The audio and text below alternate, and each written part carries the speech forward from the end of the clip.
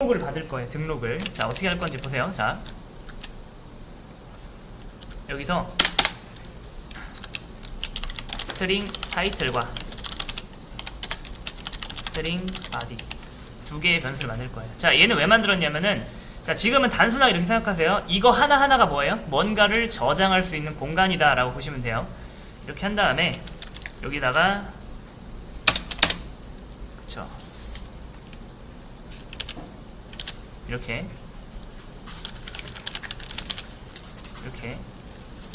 해보겠습니다. 자, 일단은 실행 F11 눌러서, 자, 그 다음에 제가 article add 하면은 여기에서 지금 깜빡깜빡 거리는 거 보이시나요? 여기 보이시죠? 여기서 맨 처음 뭐 해야 돼요? 제목 안녕하세요, 그 다음에 뭐 본문 크크크 이렇게 입력을 했어요. 자, 근데 여러분, 이게 이렇게 나오는 것보다 이렇게 이제 다짜고짜 얘 누르면 컴퓨터 커서가 깜빡깜빡 거리면서 아무것도 안 나오잖아요. 그럼 보통 그 전에 뭐 하는 게 좋을까요? 제목을 입력하기 전에 제목, 그 다음에 여러분 프린트 ln으로 제가 한번 해볼게요. 프린트 ln으로 하면은 제목이 어디 입력되냐면은, 자, article add, 이게 밑에 입력돼요. 옆에 입력되는 게 아니라. 요 ln은 자동적으로 뭐가 들어있다? 줄바꿈이 돼버려요. 그래서 f로 바꿀게요. 자, 여기서 다시, 자, 그러면은 article add 한 다음에 제목 안녕하세요, 이렇게. 이게 좀 낫잖아요, 그쵸? 다시 한번, 커서가 여기서 깜빡깜빡거리고 있는 게 낫지, 그냥 깜빡깜빡거리고 있으면 내가 지금 제목을 입력해야 되는 건지 모르잖아요, 그쵸? 네. 자, 그 다음에 그쵸, 여기 내용을 받기 전에도 뭐라고 해야 될까요? 내용 이렇게 하는 거예요. 그 다음에, 자, int id는 뭐다? 1. id가 뭐냐면은 번호라고 생각하시면 됩니다. 번호. 자, 그러면 제가 여기다가 이렇게 할 거예요. syso 컨트롤 스페이스 한 다음에, 자, 입력된 내용 이렇게 해서 이렇게 하고, 제목 타이틀 번호.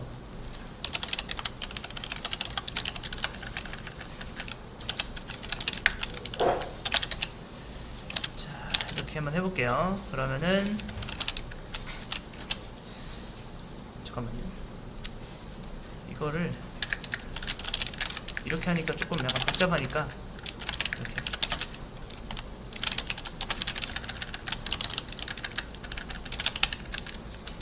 이렇게. 자, 그럼 이렇게 되는 거. F11 딱 누르고서, 아, 내가 article 뭐다? add 라고 했죠? 그 다음에 여기다 뭐라고 해요? 안녕 이라고 하고서 썼어요.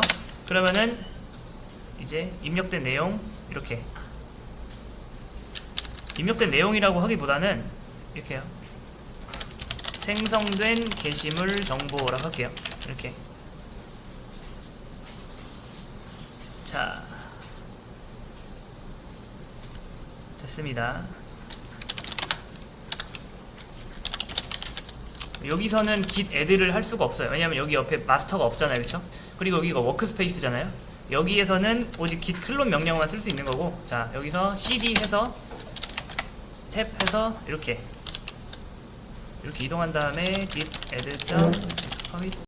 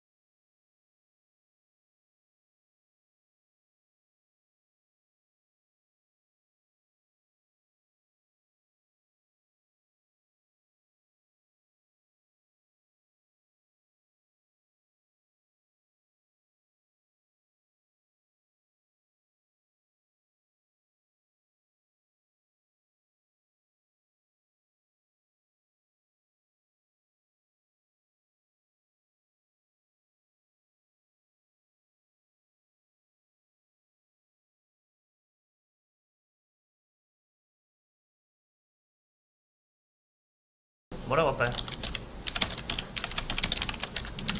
등록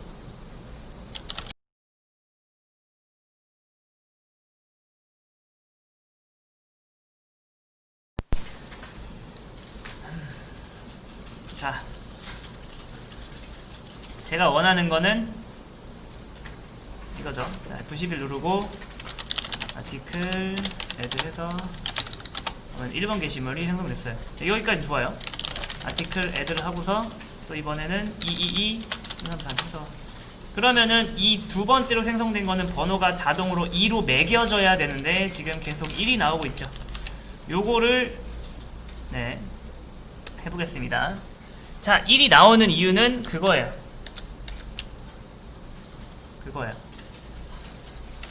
여기에 이게 1이니까 그쵸? 아이디가 1이잖아요. 그쵸? 다시 한번 이게 맨 처음에 이제 그 등록을 하고서 이제 여기까지 돼요. 그러면은 이제 여기까지 오죠. 근데 while문이니까 여러분 아실 거예요. 여기를 뚫지 못하고 어떻게 한다?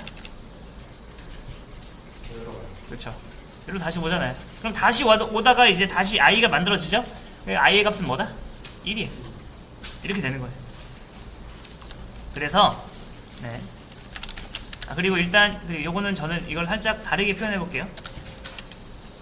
이거를 프린트 F 방식으로 바꿔볼게요. 요 더하기가 되게 귀찮다고 하시는 분이 있어요. 그럼 이거를 요 안쪽에다가 아이디를 이렇게 넣을 수가 있어요. 이렇게. 그 다음에 이거를 프린트 F로 하고 그 다음에 여기를 이런 식으로. 이게 뭐냐면은 이게 치환 방식인데 그 다음에 마지막에 요거는 프린트 F기 때문에 자동으로 뉴라인이 안 붙어요. 그래서 뉴라인 붙여주는 거는 역/n 역/n이 이게 뭐냐면은 그 백스페이스 좌측에 있는 $1 있죠. 그리고 n이에요. 자, 그럼 이게 뭐냐면은 자, 요거를 출력하는데 요거를 뉴라인 붙여주는 거는 그 다음에 마지막에 요거는 프린트 F기 때문에 자동으로 뉴라인이 안 붙어요. 그래서 뉴라인 붙여주는 거는 역/n 역/n이 이게 뭐냐면은 그 백스페이스 좌측에 있는 $1 있죠. 그리고 n이에요. 자, 그럼 이게 뭐냐면은 자, 요거를 출력하는데 요거를 일종의 빈칸이라고 보시면 돼요. 요 %d는 데시멀이라고 칩신수 정수가 들어간다 라고 보시면 되는데 이게 일종의 포맷이라는 거죠. 포맷. 요 포맷에다가 이 데이터를 붓는 거예요. 자, 그렇다면 요 안에 데이터가 뭐죠? 1이죠. 그러면은 요게 1로 치환이 됩니다. 같은 방식으로 바꿔볼게요.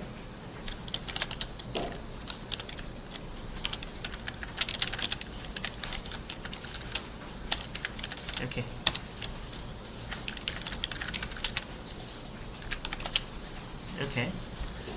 자, 프린트 ln 방식으로 하면은 이거를 이렇게 하는데 이렇게 하려면은 중간중간에 뭐가 들어가요? 더하기 막 이런 게 막 들어간단 말이에요. 그러니까 더하기 안 쓰고 그냥 네, 이게 복잡하면 더하기 안 쓰는 게 나아요. 네. 나 이렇게 이제 이런 형식으로 하겠다 하시면은 이런 식으로 하면 되고 요 안에 치환될 녀석은 이게 정수면은 %d, 문장이면 %s 이렇게 쓰시면 돼요.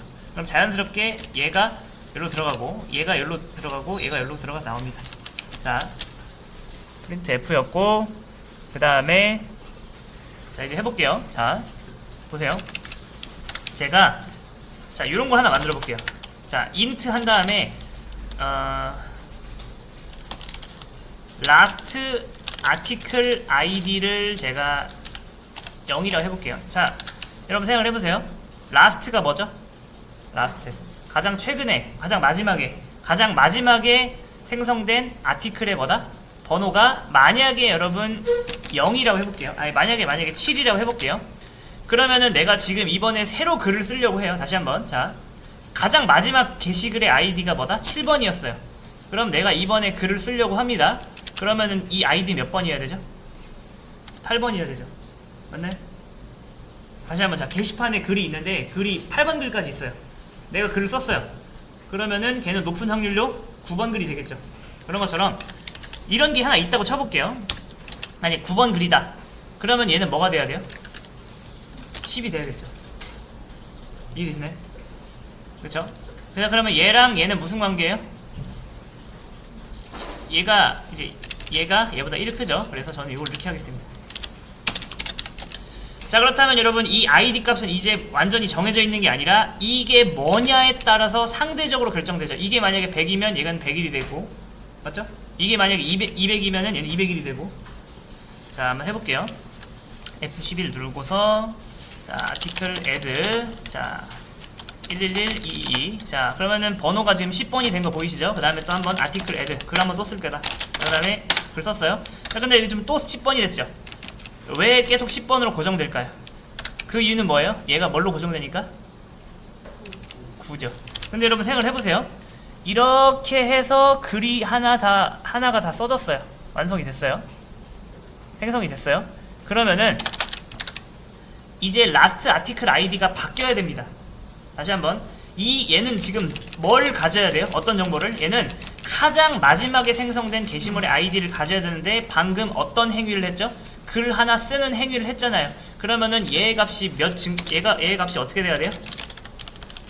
이게 돼야겠죠. 다시 한번 정리. 이거 어려워요. 자, 현재 가장 마지막에 9번 글이었어요. 그래서 이번에 뭐가 생겨났다? 10번이 생겨났다. 맞나요? 그쵸? 그러면은 이제 얘는 뭐가 되는 거예요? 이제 라스트는 누가 된다? 10번으로 갱신해 줘야죠. 자, 그래서 되나 보겠습니다. F11 누르고 article add 11122 article add 11122. 자, 그러면은 여전히 여기 뭐 나오죠? 계속 10번이 나오네요. 맨 처음에도 10번이 나오고 두 번째에도 10번이 나오고. 왜 그럴까요? 자, 분명히 저는 보세요. 변수를 하나 만들었죠. 변수를 뭐라고 했어요? 9번으로 만들었잖아요. 그래서 새로 생성된 게시물이 10번이 됐어요. 여기까지 되시나요? 그렇죠. 자, 그 다음에 id가 10번이라는 걸 기억하세요. 자, 얘가 뭐가 됐어요? 10번 글이 됐죠. 그리고 나서 자, 이렇게 생성된 게시물이 나왔어요. 그 다음에 다시 여기로 올라가서 고객이 또 한 번 아티클 애들 입력했어요. 그럼 여기 또 들어올 거 아니에요. 그쵸? 자, 그러면은 라스트 아티클 아이디가 원래 10번이었는데 여기 들어오면서 안타깝게 다시 뭘로 바뀌어요? 9번으로 바뀝니다. 여기까지 되시나요? 그러니까 라스트 아티클 아이디는 정말 여기서는 10이 바뀌어요. 10으로. 근데 다시 들어올 때 하필이면 누가? 얘가 초를 치는 거죠. 그럴 때는 어떻게 하면 된다? 얘를 여기 밖에다가 넣으시면 돼요. 자, 왠지 보세요. 흐름상. 자, last article id가 0이에요. 자, 그럼 이거는 이 프로그램이 실행되는 도중에 몇 번이나 실행될까요? 단 한 번밖에 실행이 안 되겠죠. 근데 여러분 이거를 여기 안에다가 넣어버리면 어떻게 될까요? 이 값이 어떤 값을 기억해서 계속 손가락으로 이렇게 세나가야 되는데 매 반복마다 바보처럼 0으로 초기화 될 거 아니에요. 그쵸? 근데 얘 그냥 위로 올리면 되는 거예요. 자, 그러면 해볼게요. 요거를 F11 해놓고 article add. 자, 그러면은 여기 보이시나요? 여기 1번 글 나오죠. 그 다음에 article add. 그 다음에 이렇게 하면 뭐가 나와요? 2번이 되죠. 네. 자, 여기서 이제 제가 그걸 설명드릴게요. 변수의 영역에 대해서 설명드릴게요. 변수의 영역. 변수는 그 자신이 태어난 공간을 벗어날 수 없다. 그 말인즉슨 무슨 말이냐면은 잘 보세요. 자, 이 타이틀 같은 경우에는 일종의 얘 구역은 어디서부터 어디까지다? 얘가 쓰일 수 있는 분야는 그런 거예요. 자신이 속한 요거 보이시나요? 요 공간 여기부터 여기까지에서만 쓰일 수 있는 겁니다. 다시 한번 정리. 얘 같은 경우에는 굉장히 짧은 생을 살아요. 짧은 생. 이 if문이 이게 참이에요. 그러면 여기 실행이 되죠? 그럼 그때 만들어졌다가 다 끝나고 이 if문이 사라지면 어떻게 된다? 이 if문이 사라지면은 요 안쪽에서 생성된 이런 변수들은 그냥 싸그리 날아갑니다. 자, 그에 반해서 지금 얘 같은 경우는 어때요? 얘의 영역은 어디죠? 얘의 영역은 지금 여기잖아요. 그쵸? 얘 같은 경우는 뭐예요? 이 프로그램이 돌아가는 내내 영원히 살아있습니다. 즉 이게 바깥에 있을수록 긴 수명을 누리고요, 안쪽에 있을수록 뭐예요? 하루살이처럼 짧게 살다가 갑니다. 자, 그러면 여러분 잘 보세요. 여기다가 제가 int id를 만들었죠? 그러면은 이거를 제가 요 밑에다가 이렇게 하면 할 수 있을까요, 없을까요, 여러분? 이렇게 안 된다는 거 아시겠죠? 이 아이디는 거기서 그 순간에만 사용할 수 있어요. 그러면은 이거는 될까요, 여러분? 이건 될까요? 이건 되겠죠. 왜냐면은 이 녀석은 얘가 끝날 때까지 여기다가 여러분이 딱 마우스를 올리면은 요거에 짝이 되는 녀석이 있을 거예요. 그게 이렇게 활성화 되거든요. 보이시나요? 그렇죠? 이게 영역이 이 안에서 다 쓸 수 있다 그런 뜻입니다. 자, 아무튼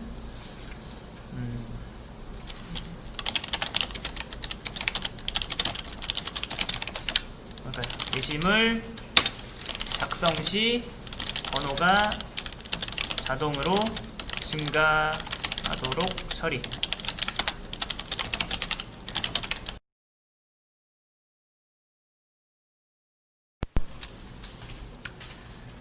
내가 이제 여기까지 만드는 게 좀 어렵다, 처음부터 만드는 게 어렵다 하시는 분은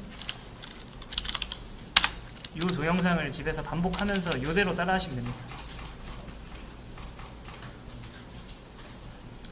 맨 처음에 이걸 하려면은 목표가 있어야 돼요. 목표.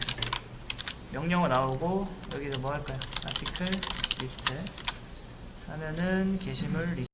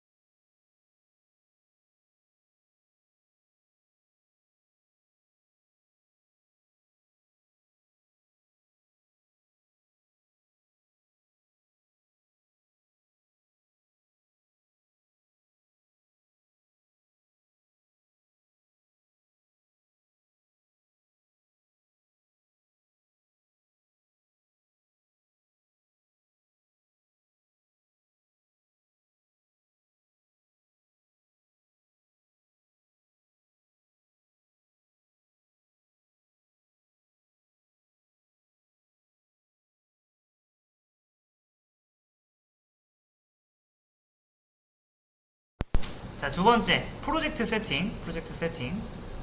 여기에 하나 만들면 그러면은 찾아야 돼. 뭐 이렇게 파일명은 지금 다시 문자로 파일. 자, 여기다가 메인이라고 쓸 건데 이 파일명은 여기다가 쓰는 게 파일명이거든요. 자, 규칙이 있어요. 파일명은 무조건 대문자로 시작해야 됩니다. 대문자. 이 자바 파일은요 무조건 대문자로 시작해야 돼요. 네. 혹시나 내가 지금 적을 자신이 없다 그러면 동영상 다시 보시면서 적으시면 돼요. 네. 네. 자, 그 다음에 혹시나 이 파일명이 두 단어로 이루어져 있다. 예를 들어서 뭐 my name이라 해볼게요. 그러면은 이렇게 적으면 절대 안 돼요. 이렇게 name 관례 쓰면 이라고 보시면 돼요. 클래스는 무조건 하나 만들어야 돼요.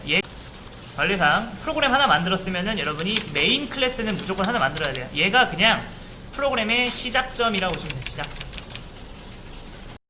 자, 그 다음에 아마 여러분 JDK 15에서는 이거 만들 때 뭐 무슨 인포 만들 거냐라고 물어보는데 그거 안 만든다고 하시면 돼요. 안 만든다고. 여기서 안 뜨지만. 자, 그 다음에 자 그리고 자, 각각의 요 파일은요, 요 자바 파일은요 특정 폴더 안에 위치해야 되는데 이 폴더는 이렇게 쓰시면 돼요. 여기다가 패키지라고 쓰시면 돼요. 패키지. 그 다음에 여기다가 com.sbs. example. easy text. 자, 요거는 요 패키지명은 다 소문자로 쓰는 게 관례예요. 그 다음에 여러분이 숨쉬듯 해야 되는 게 컨트롤 S. 컨트롤 S가 저장입니다.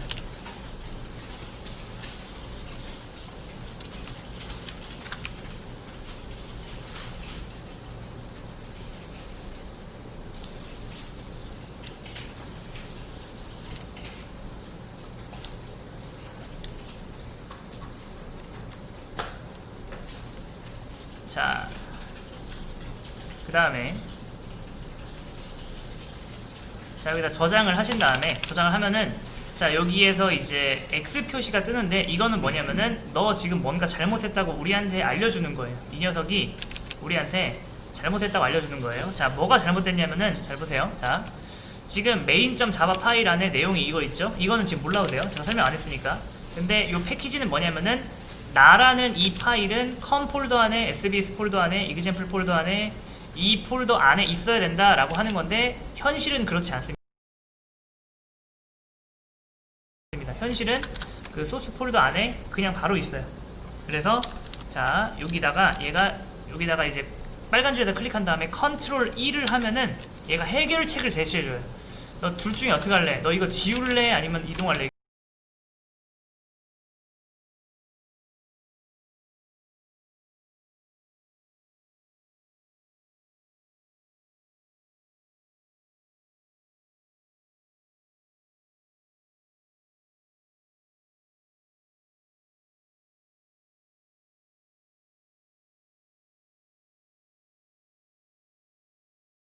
이렇게 물어보는 거예요. 리무브를 누르면 저만 해볼게요. 그럼 얘가 이걸 아예 지워요.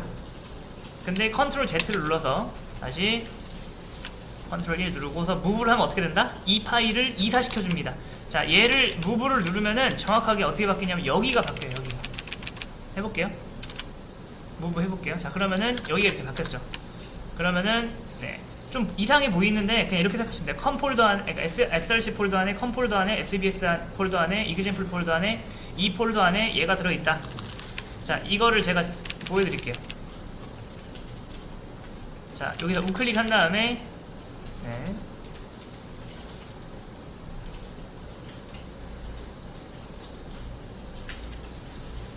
프로퍼티스 여기서 네, 요거 눌러보면은 src 폴더 안에 정말 이제 컴 폴더 안에, sbs 폴더 안에, example 폴더 안에, 이거 폴더 안에 요거가 들어있죠. 네. 자, 이거를 그냥 여기 자바에서는요, 그러니까 요 STS라는 툴에서는, 요 이클립스라는 툴에서는 그거를 약간 이런 식으로 보여줍니다.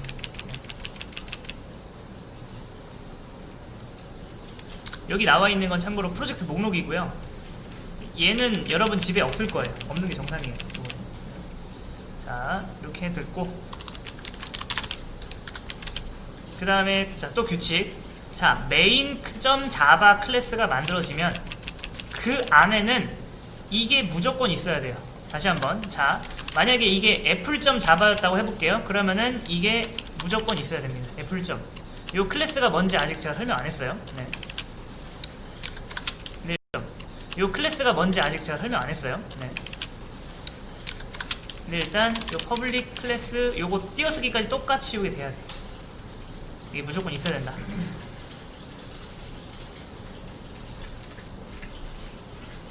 자,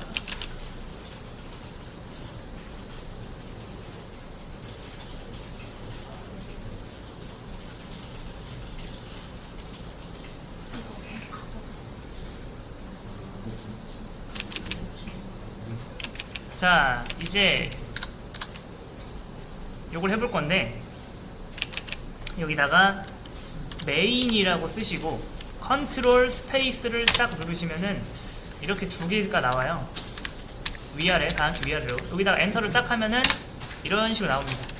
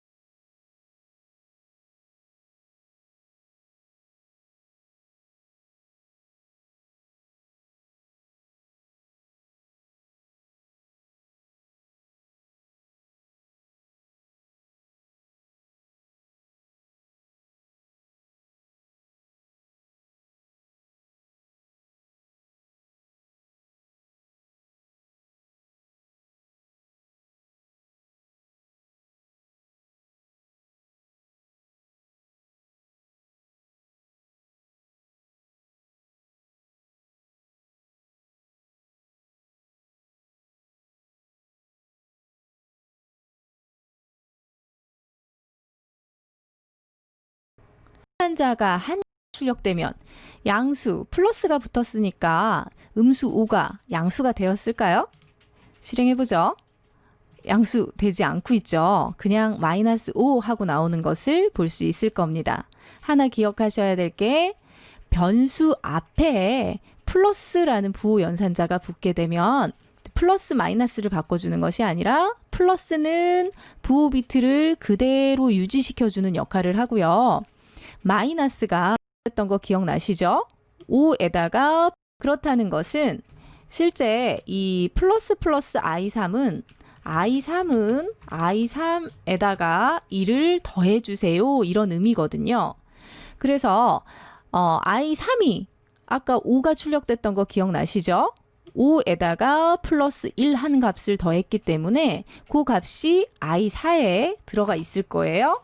출력을 해보면 i4가 6이라는 값을 출력하고 있는 것을 볼 수 있을 거고요. 자, 그렇다면 다시 i3도 출력해 볼까요? i3도 i3에다가 더하기 1 한 값을 넣어라 했기 때문에 출력을 해보면 i3에도 6이 들어있는 것을 볼 수 있습니다. 그런데 이 연산자가 뒤에 붙어 있을 때는 조금 달라집니다. 볼게요. 자, 다시 i3에다가 플러스 이렇게 해볼게요. 자, i3의 입장으로 봤을 때는요. 혼자서 수행이 될 때는 이 i3에 똑같이 플러스 1이 수행이 되는 거거든요. 그래서 i3이 봤을 때는 똑같이 1이 늘어나는 거지만 i5의 입장에서는 어떻게 되는지 실행해 볼까요? i5를 출력해 보니까 7이라는 값을 예상했지만 결과는 6이 출력이 되고 있는 것을 볼 수 있어요. 이유는 플러스가 앞에 붙어 있을 때는 먼저 더한 다음에 이 더한 결과값을 i4에 넣어줍니다. 그런데 뒤에 붙어 있었을 때에는 먼저 값을 대입을 시켜요. i3에 들어있었던 6이 먼저 i5에 들어갔고요. 그런 다음에 i3은 i3에다가 1을 더하는 작업을 수행하게 됩니다. 그래서 다시 i3을 출력을 해보면 i3은 1이 늘어나서 7이 되어 있는 것을 볼 수 있겠죠.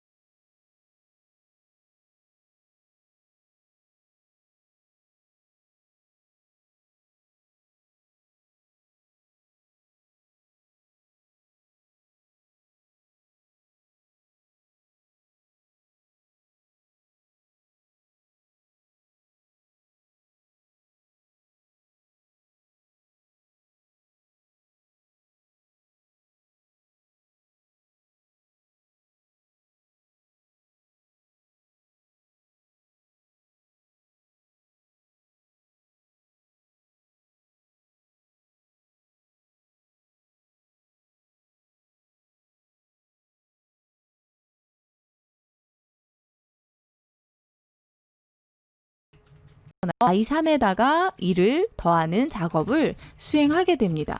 그래서 먼저 i5에 들어갔고요. 그런 다음에 i3은 먼저입니다. i5를 출력해 보니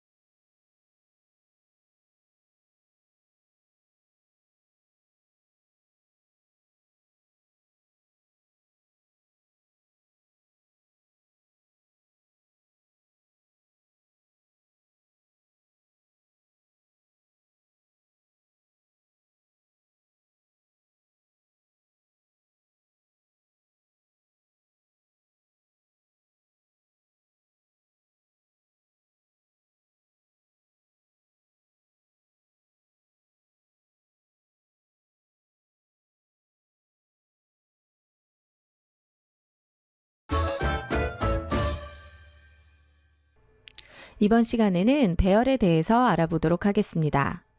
프로그래밍을 하다 보면 여러 개의 변수가 필요한 경우가 있습니다. 예를 들어서 1000명의 학생 점수를 저장하고 싶다라고 했을 때 1000명의 점수를 저장하기 위해서는 1000개의 변수가 필요할 것입니다. 이렇게 변수가 많아지면 변수를 선언하는 것만으로도 굉장히 힘이 들겠죠. 이럴 때 배열을 사용하면 편하게 이용하실 수 있습니다. 변수를 선언할 때 어떤 값을 담을 건지 타입을 정해주시면 돼요. 정수를 저장할 거다 했으니까 정수 타입인 int를 적어주시면 되고요. 그런데 int형 변수랑은 조금 다르게 배열이라고 했죠. 배열을 나타내는 것은 이렇게 대괄호를 만들어 주시는 겁니다. 그러면 int 배열 타입이 하나 선언됐고요. 다음은 변수명을 하나 지정해 주시면 됩니다. 자, 변수명을 array1이라고 했고요. 배열을 생성하실 때는 반드시 new라는 키워드를 이용하셔서 만들어 주셔야 되고요.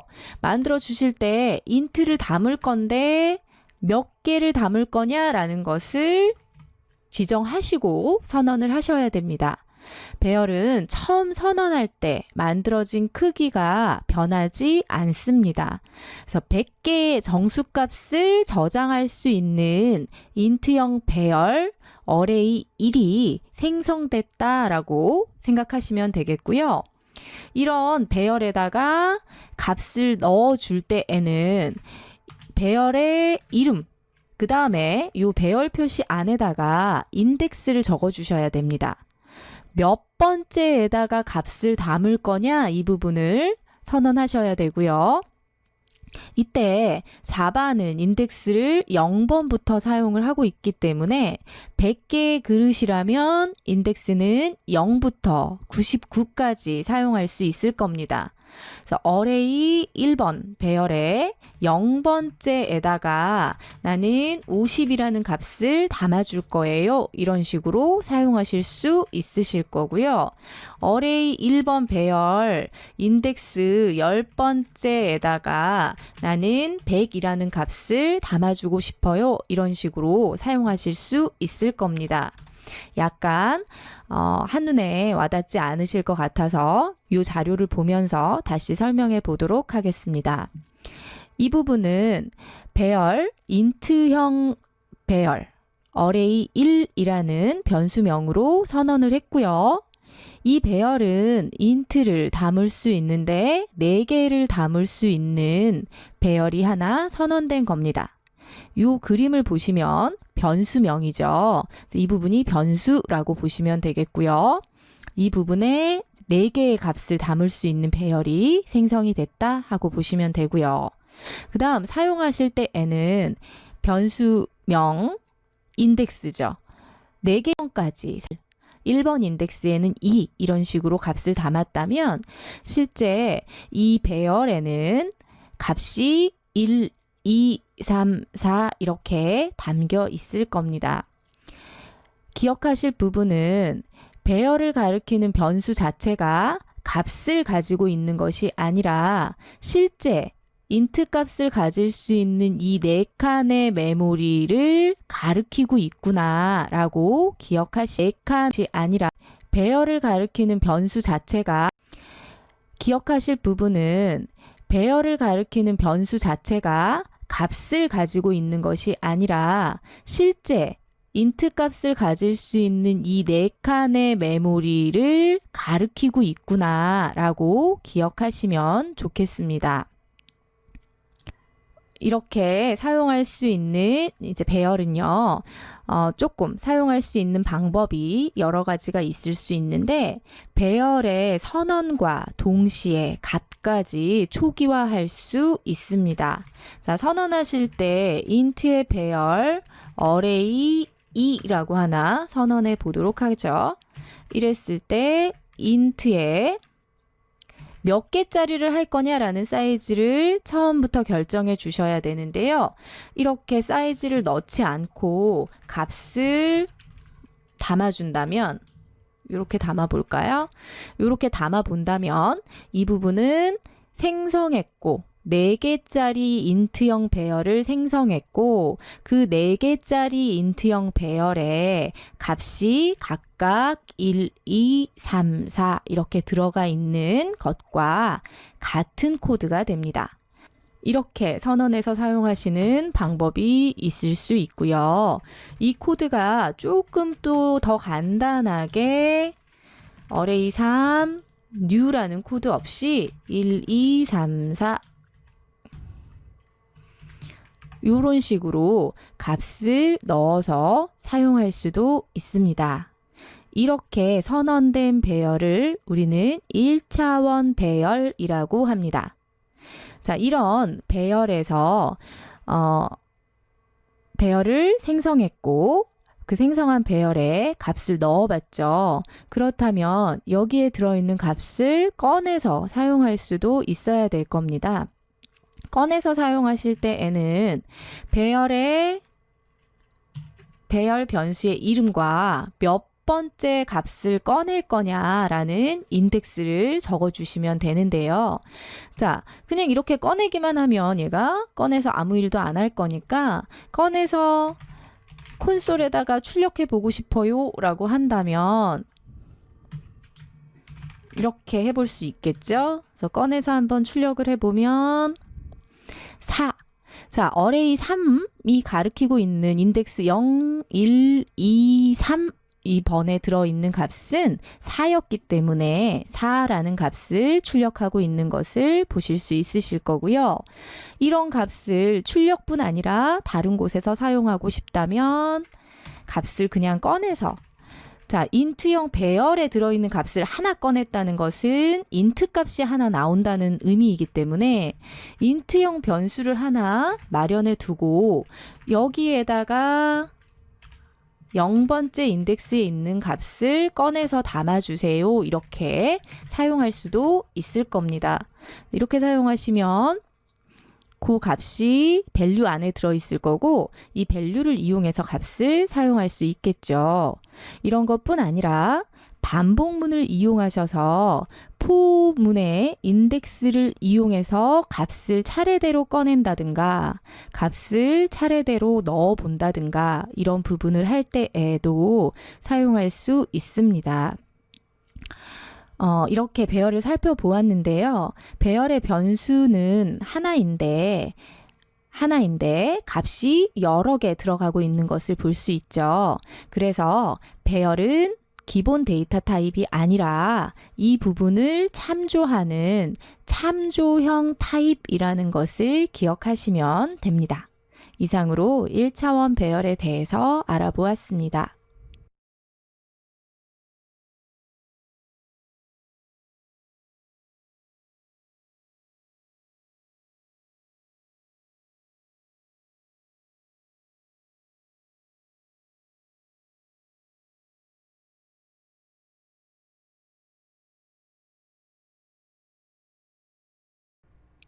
지난 시간에 1차원 배열을 선언하고 사용하는 방법을 배웠습니다. 배열에 접근할 때에는 인덱스를 통해서 접근했던 것을 기억하실 겁니다.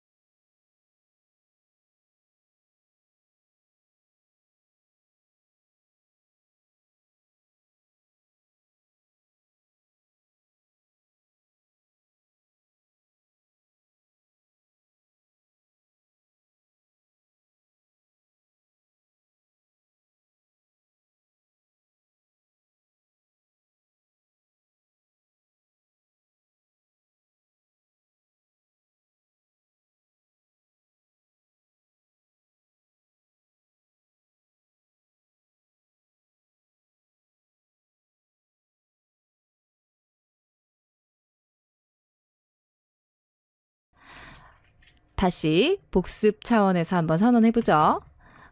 int 배열을 하나 정의하겠습니다. 자, i array 하고 선언을 해보고요. int 값을 담을 수 있는 100개, int 값 100개를 담을 수 있는 배열을 하나 선언했어요. 자, 지난 시간에 우리가 이 배열에다가 값을 담을 때 배열의 인덱스에, 자, 0번째 인덱스에다가 1이라는 값을 담아주세요. 다시 1번째 인덱스에다가 2라는 값을 담아주세요. 이렇게 사용했었던 거 기억나시죠? 그런데 이게 이 100개짜리 배열 안에다가 1부터 100까지 값을 차례대로 넣어야 된다면 어떻게 하면 좋을까요? 반복적으로 값을 넣는 일을 수행해야겠죠.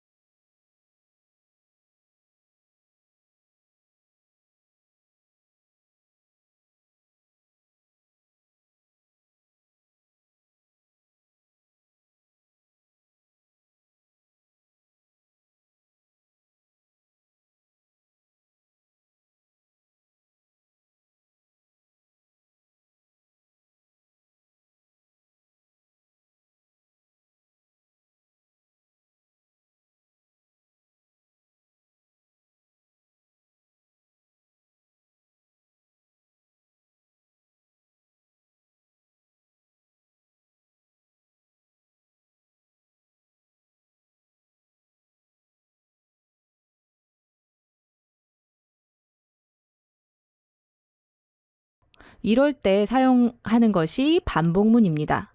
앞서 학습하셨던 포반복문을 기억하시겠죠?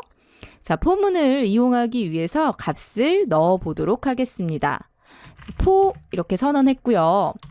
int i는 0 이렇게 우리가 초기화할 수 있는데 초기 값으로 선언한 i를 인덱스로 사용하면 좋을 것 같습니다. 배열은 0번 인덱스부터 시작하니까 0으로 초기화하는 것이 좋겠죠. 그 다음 부분에는 언제까지 이 포문을 실행할 거냐 하는 조건이 나오면 될 텐데요. 이 인덱스가 지금 우리가 선언한 배열이 100개짜리이기 때문에 99번 인덱스까지 실행을 하면 될 거예요. 그럼 조건에 100이라고 적는다면 99번까지 이 포문이 실행이 되게 되겠죠. 그런데 이 100이라고 숫자를 쓰게 되면 배열의 크기가 꼭 100이 아니라 다른 크기였다라고 한다면은 이 숫자를 바꿔서 적어줘야 될 거란 말이죠.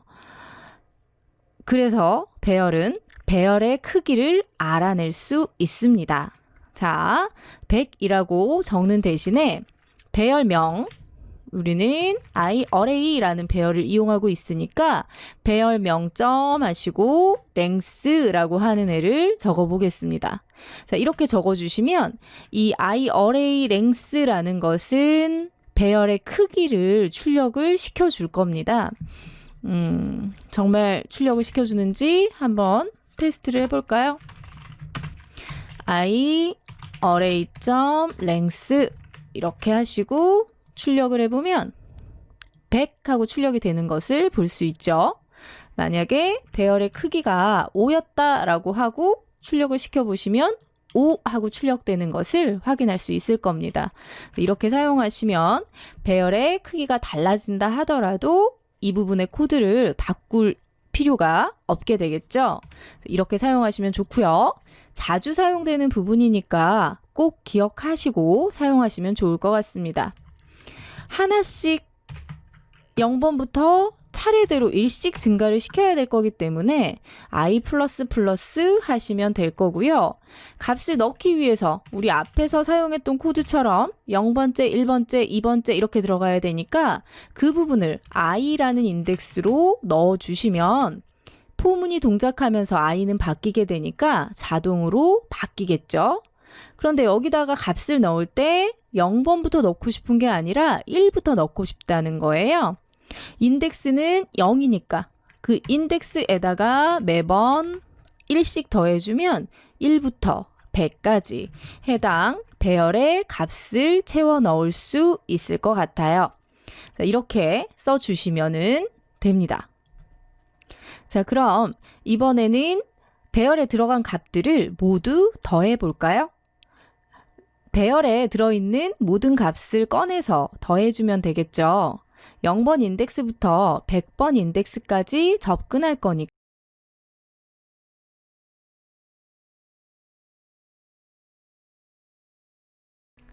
이번 시간에는 2차원 배열에 대해서 알아보도록 하겠습니다. 2차원 배열이란 배열의 배열이라는 뜻입니다. 자, 2차원 배열을 선언하실 때에는요. 배열의 표시를 2개 적어주시면 돼요. 앞에 타입, 저는 정수형 2차원 배열을 만들 거니까 int 타입으로 배열 표시 2개 넣어주시면 2차원 배열을 하나 선언했고요. 그 다음에 뒤에 나오는 변수명은 여러분들이 원하시는 변수명을 사용하시면 됩니다. 2차원 배열을 생성하실 때도 new 하고 적어주시면 되고요. 이제 배열의 크기를 지정하시면 됩니다. 이 부분도 잘 기억해 주셔야지 될 것 같아요. 뒤에 있는 이 배열의 사이즈를 비워줍니다. 자, 이렇게 사용하셔야지 될 것 같고요. 이제 이렇게 2차원 배열을 생성을 하는데 2차원 배열을 생성할 때는 반드시 크기가 같은 배열만 선언을 할 수 있는 것이 아니라 크기가 다른 배열을 생성할 수도 있습니다. 생성하는 방법은 3개의 인덱스까지만 만들어 주고요. 뒤에 있는 이 배열의 사이즈를 비워줍니다. 자, 이렇게 선언을 하게 되면 메모리상에는 여기까지만 만들어집니다. 실제로 값을 담을 수 있는 1차원 배열은 만들어지지 않은 상태입니다. 이 부분도 잘 기억해 주셔야지 될 것 같아요. 그래서 그 부분이 만들어지지 않은 상태예요 라고 이야기하는 것은 무엇을 의미하냐면 0번째가 가리키고 있는 0번째 인덱스에다가 10을 넣겠다 이렇게 하게 되면 그냥 이 상태에서는 오류는 발생시키지 않지만 한번 실행을 시켜보면 이렇게 오류를 발생시키는 것을 볼 수 있거든요. 다시 살펴보면 현재 어레이 5에 0번째 인덱스가 가리키고 있는 배열의 0번째에다가 뭘 넣겠다라고 했는데 이 0번째는 아직 가리키고 있는 부분이 없습니다. 이 부분을 잘 기억하시고요. 그래서 이렇게 사용하시면 안 되고 반드시 그 부분을 사용하시기 위해서는 어레이 5에 0번째 인덱스가 실제 가리키는 배열을 만들어줘야 됩니다. 1차원 배열 하나짜리를 만들겠어요. 이런 식으로 값을 줘야지만 실행했을 때 오류가 나지 않는 것을 볼 수 있습니다. 다시 보면 그래서 이 0번째 인덱스에는 하나짜리 인트형 배열을 만들어주고 1번째 인덱스에는 2개짜리 2번 인덱스에는 3개짜리 이런 식으로 각각 길이가 다른 배열을 만들어줄 수도 있다.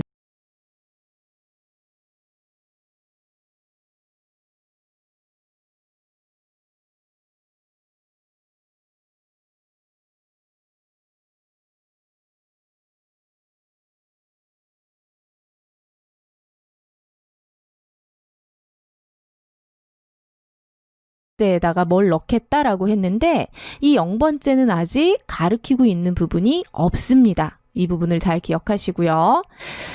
그래서 이렇게 사용하시면 안 되고 반드시 그 부분을 사용하시기 위해서는 어레이 이번 시간에는 포이치 구문에 대해서 알아보도록 하겠습니다. 자바 1.5 버전부터 자바에서도 포이치 루프가 추가되었습니다. 실제적으로 자바에서는 명령어가 포이치가 아니라 그냥 포를 사용하고 있기는 하지만 대부분 다른 언어에서 포이치라는 용어를 사용하고 있기 때문에 자바에서도 포이치라고 사용하시면 됩니다. 배열을 하나 정의해보고 그 배열 안에 들어있는 값을 출력하는 포문을 하나 작성해 보도록 할게요. 자, 배열 iArray 애초에 값이 들어가서 배열이 생성되도록 초기값을 가지고 이렇게 배열을 하나 만들어 보도록 하겠습니다. 자, 우리가 알고 있는 방법대로 이 배열에 들어있는 값을 모두 출력하기 위해서는 포문 안에 인덱스 i를 하나 지정하고 이 i가 배열의 랭스보다 작을 때까지 하나씩 인덱스를 증가시키면서 이 인덱스를 이용해서 값을 꺼내 주시면 됐죠. 그래서 꺼낸 값을 내가 사용하기 위해선 이렇게 인트 변수를 하나 선언해서 받아내셨어야 될 거고요. 꺼낼 때 이렇게 배열의 인덱스를 부여해서 값을 꺼내셨을 거예요. 이렇게 꺼낸 값을 나는 출력해보고 싶다. 그러면 밸류를 출력문 안에다가 넣어주면 배열 안에 들어있는 값이 주르륵 출력이 됐죠. 이렇게 포문을 사용하실 수도 있는데 이렇게 사용했던 포를 포이치라는 구문으로 한번 바꿔 보도록 하겠습니다. 자, 문법을 보시면 똑같이 포라고 이용을 하시면 되고요. 포문은 저렇게 3단계가 있었지만 포이치는 콜론을 구분으로 2가지의 값만 넣어주시면 되는데요. 콜론 뒤에는 반복되는 자료 구조, 그러니까 내가 실제 출력하고 싶은 자료 구조를 넣어주시면 돼요. 우리는 인트 배열 iArray를 출력하면 됐죠. 콜론 뒤쪽에다가 iArray를 넣어주시면 되고요. 이 포이치는 iArray를 자동으로 돌면서 값을 하나 꺼내서 줍니다. 그러면 이 값을 받아낼 변수가 필요하겠죠. 그래서 콜론 앞쪽에다는 그 값을 받을 수 있는 변수를 선언하시면 돼요.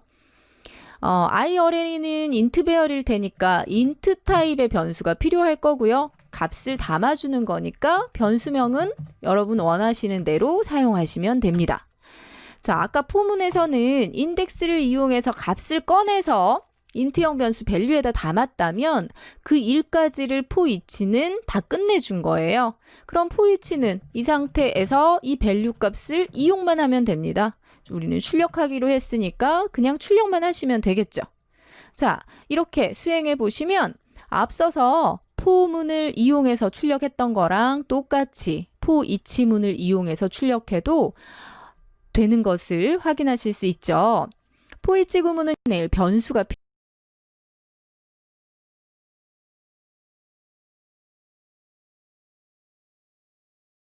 필요하게 준 거예요. 그럼 포이치는 이 상태에서 값을 하나 꺼내서 줍니다. 그러면 이 값을 받아낼 변수가 필요하겠죠. 그래서 그냥 출력만 하시면 되겠죠. 자, 이렇게 수행해 보시면 앞서서 포문을 이용해서 출력했던 거랑 똑같이 포이치문을 이용해서 출력해도 되는 것을 확인하실 수 있죠. 포이치 구문은 이렇게 문법도 훨씬 간결하고 값을 꺼내서 담아주는 역할까지 알아서 해줍니다.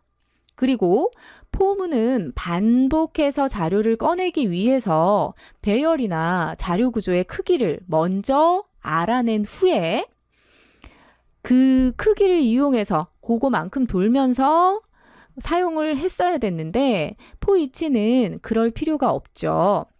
오늘 포이치에 대해서 알아보았습니다.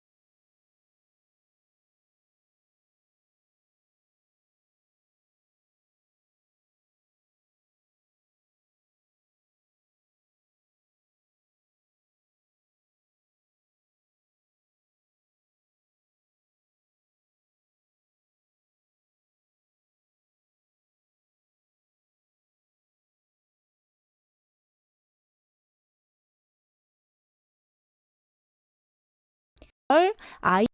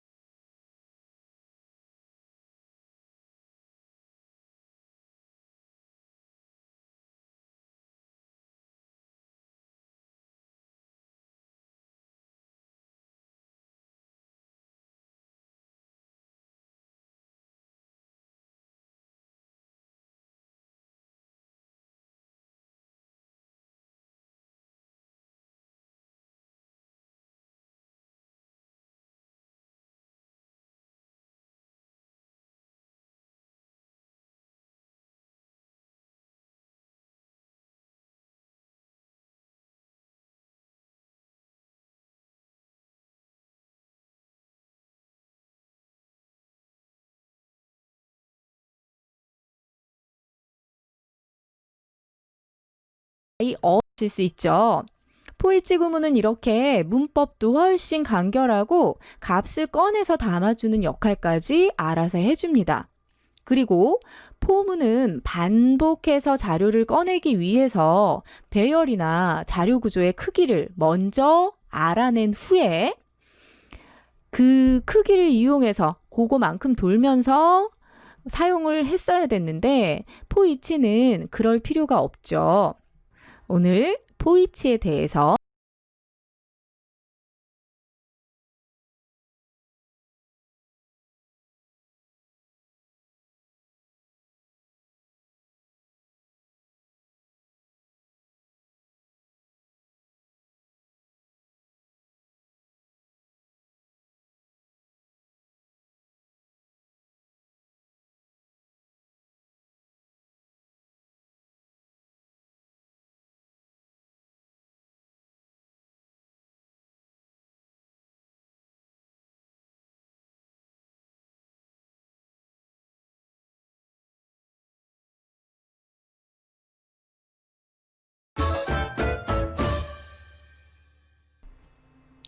자바는 객체 지향 언어입니다.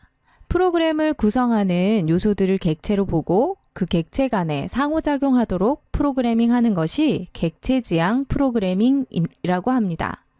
자바는 객체를 만들기 위해서 반드시 클래스를 먼저 만들어야 합니다.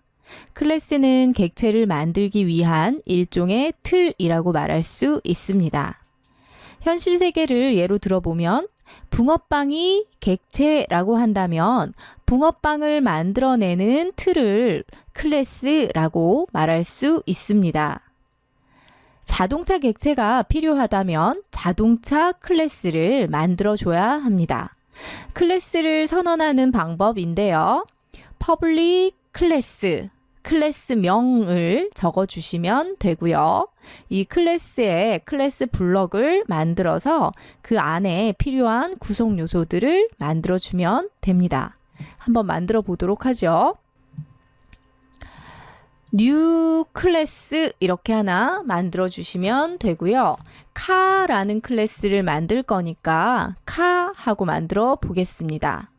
자, 현재는 클래스에 아무것도 없는 카라는 클래스를 하나 만들었죠. 자동차 클래스를 만드는 것은 이렇게 간단합니다. 카라는 자바 파일을 하나 만들어 주시면 되고요. 자, 이렇게 만든 클래스를 저장을 하면 이클립스는 컴파일해서 카라는 클래스를 생성하게 됩니다. 이건 마치 붕어빵 틀을 만드는 것과 유사하다라고 생각을 하시면 됩니다. 그런데 우리가 붕어빵 틀을 만들었다고 해서 자동으로 붕어빵이 만들어지는 것은 아니겠죠. 이렇게 틀이 만들어져 있다면 이 틀을 이용해서 이제 붕어빵을 만들어서 사용하면 됩니다. 자, 붕어빵을 만들어내기 위한 클래스를 하나 만들어 볼게요. 카이그잼이라는 클래스를 하나 만들고요. 메인 메서드를 체크해 보도록 하겠습니다. 클래스를 이용해서 객체를 만들 때에는 타입이 클래스가 모두 참조형 타입이 될 수 있다라고 이야기했었던 거 기억나시죠? 카 타입으로 C1이라는 변수를 하나 만들어 주고요. 항상 객체를 생성할 때는 new라는 키워드를 이용해야 했죠. 카 이렇게 만든 붕어빵 틀은 붕어빵을 하나만 만들면 끝인 게 아니라 붕어빵을 얼마든지 만들어낼 수 있죠. 그래서 얼마든지 이렇게 붕어빵을 만들어낼 수 있습니다. 다시 정리해 보자면 new라는 연산자는 new 연산자 뒤에 나오는 생성자라고 합니다. 이런 생성자를 이용해서 메모리에 객체를 만들라는 명령입니다. 메모리에 만들어진 객체를 인스턴스라고도 말할 수 있습니다. 이렇게 만들어진 객체를 참조하는 변수가 C1이 됩니다. 위에 두 줄을 실행을 스트링이 되면 카라는 객체가 2개 만들어지고 각각의 객체를 참조하는 C1과 C2 변수가 선언이 됩니다. 이상으로 클래스에 대해서 알아보았습니다.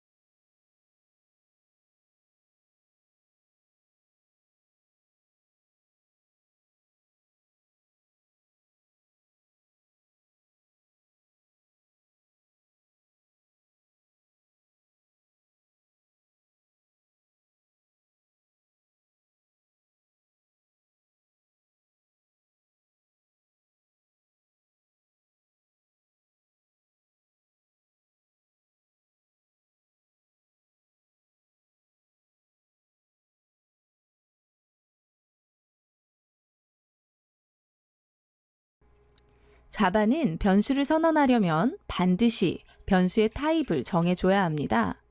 자바의 변수 타입은 기본형 타입과 참조형 타입이 있습니다. 기본형 타입은 앞에서 배우셨던 논리형, 문자형, 정수형, 실수형 이렇게 8개의 타입이 존재하고 있었죠. 기본형 타입은 클래스가 아닙니다. 그렇다면 자바에서 참조형 타입이란 무엇일까요?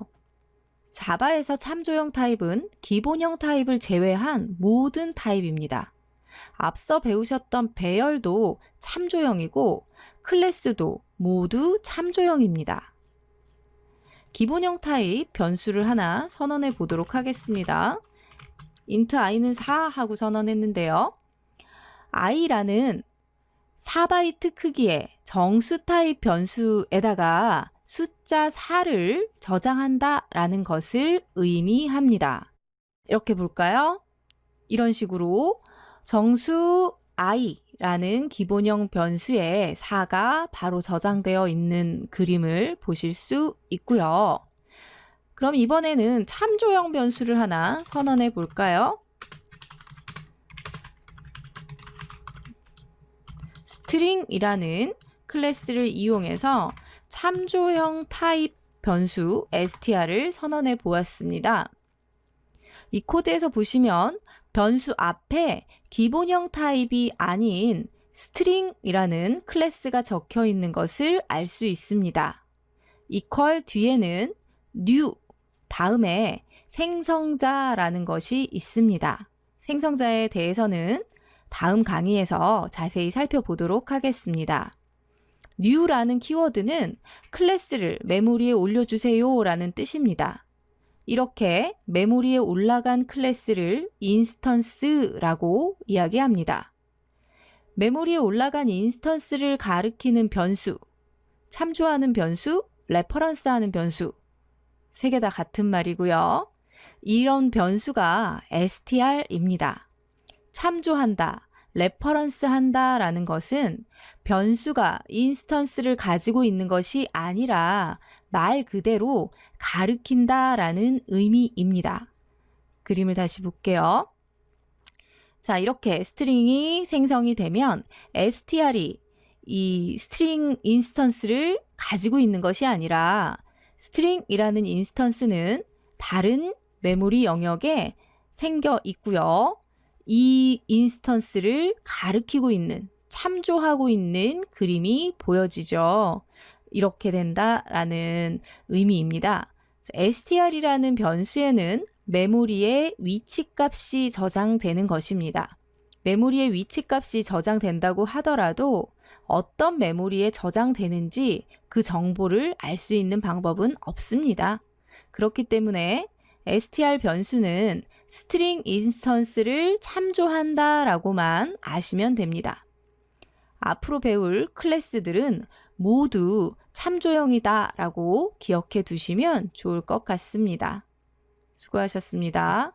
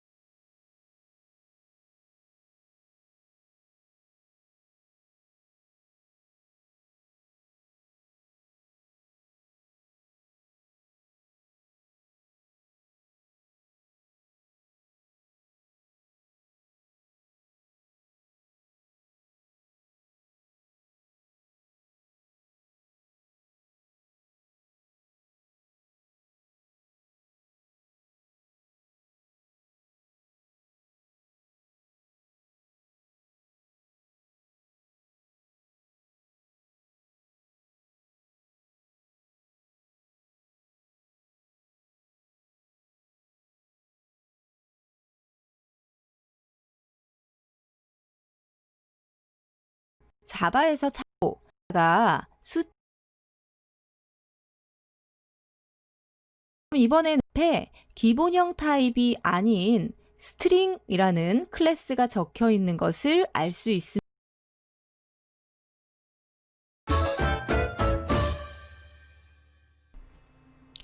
자바는 객체 지향 언어입니다. 프로그램을 구성하는 요소들을 객체로 보고 그 객체 간에 상호작용하도록 프로그래밍 하는 것이 객체 지향 프로그래밍이라고 합니다. 자바는 객체를 만들기 위해서 반드시 클래스를 먼저 만들어야 합니다. 클래스는 객체를 만들기 위한 일종의 틀이라고 말할 수 있습니다. 현실 세계를 예로 들어보면 붕어빵이 객체라고 한다면 붕어빵을 만들어내는 틀을 클래스라고 말할 수 있습니다. 자동차 객체가 필요하다면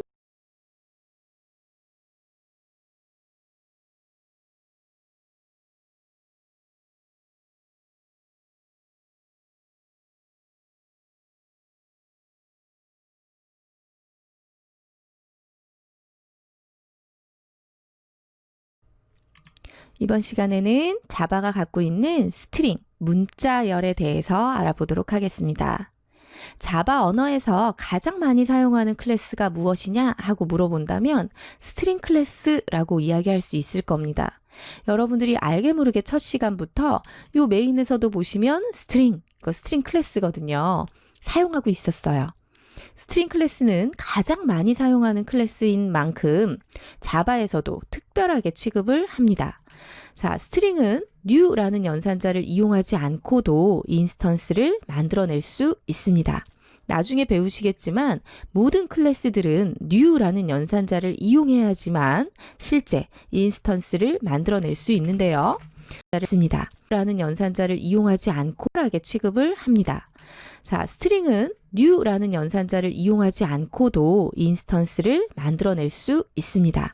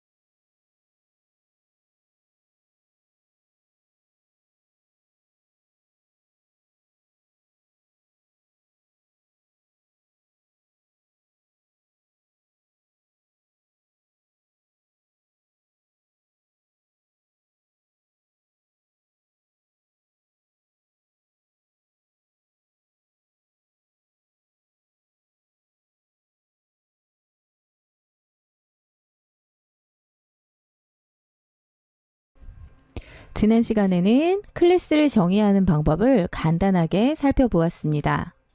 이번 시간에는 그 클래스의 구성 요소인 필드에 대해서 알아보도록 하겠습니다. 자동차라는 객체가 있다고 생각해 보죠. 지난 시간에 만들었던 카라는 객체가 있을 겁니다. 이 자동차는 자동차의 이름, 자동차 번호를 가지고 있고 여기에서 가지고 있는 것을 속성이라고 말합니다. 자바에서는 이러한 속성을 필드라는 용어를 이용합니다. 학교에서 공부하는 학생은 어떤 필드를 가지고 속성이 있답니다. 각각의 학생은 이름이 구별됩니다. 이름이 구별된다는 것은 객체별로 속성의 값이 유지된다는 의미입니다. 앞에서 배웠던 카 클래스의 이름과 번호를 필드로 가지도록 만든다면 필드를 선언할 수 있을 텐데요. 필드는 변수를 선언하는 것과 비슷하게 타입, 변수명, 필드명 이렇게 선언할 수 있습니다.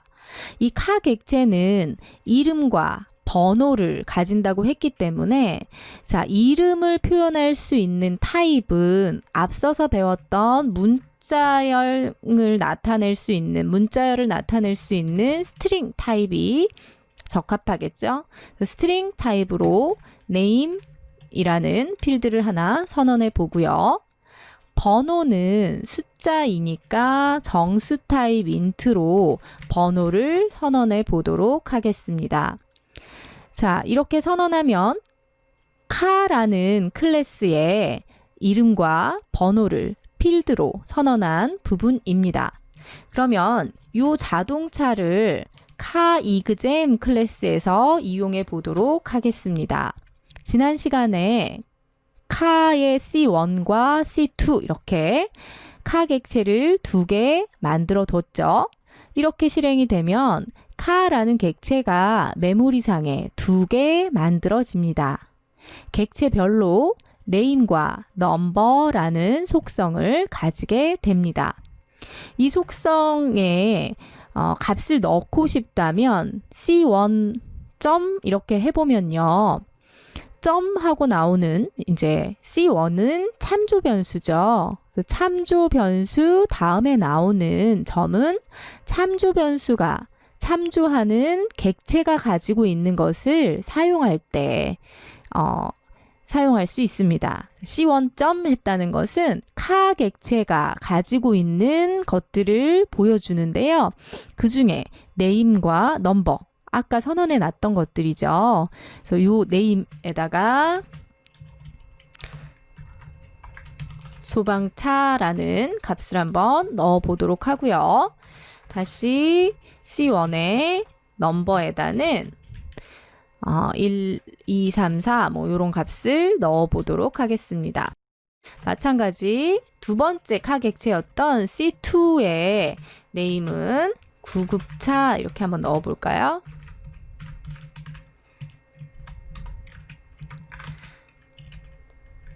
C2의 넘버는 이렇게 넣어 보도록 하겠습니다. C1점 넘버는 C1이 참조하는 객체의 넘버를 의미하는 것이고 이 넘버에 1, 2, 3, 4라는 값이 들어가 있다는 의미이겠죠.